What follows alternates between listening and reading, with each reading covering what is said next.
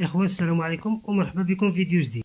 في هذا الفيديو ان شاء الله الرحمن الرحيم غادي نشوفوا هاد العبارات اللي عندنا هنا في هاد البلان، يعني هاد لي كوطاسيون، ومن خلالهم غادي نكتشفوا الطريقه كيفاش كنتراسيو الضال. يعني من خلال هاد العبارات كنتراسيو الضال. عندي هنا 5 متر و70 من اللاكس للاكس، يعني 10. هاد اللاكس هذا 10 هي التشيعه، 5 متر و70 اللاكس ديال هاد الساريه هادي. اول حاجه ملي كنبغي نتراسي، ملي كنكون في الارض راه كيكون عندي الكباري، فاش كنطلع للفوق كنكون دوزت السواري مثلا ديال لتحت، كنهز الميزان هنايا ديال هاد الساريه هادي والميزان ديال هاد الساريه هادي كذلك، وكنطلق كورده من الراس للراس، يا اما على برا يا اما كنخرج. مثلا هاد الساريه عندي هنا كنشوف شحال عندي في الساريه 30 ولا 40، كنشوف الساريه الكبيره باش ما تقيسليش كورده في السواري.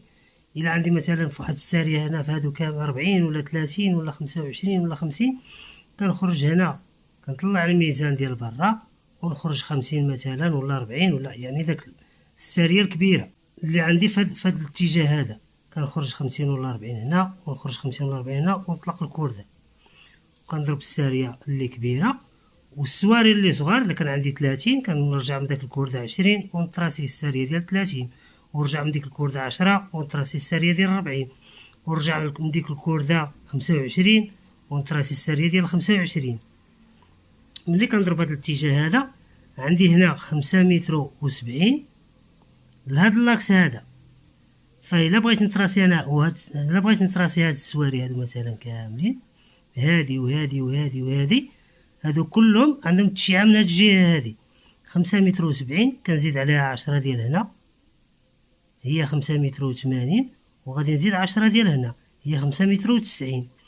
انا طالق هاد الكورده هادي باش ما كنت خرجت بها المره الاولى.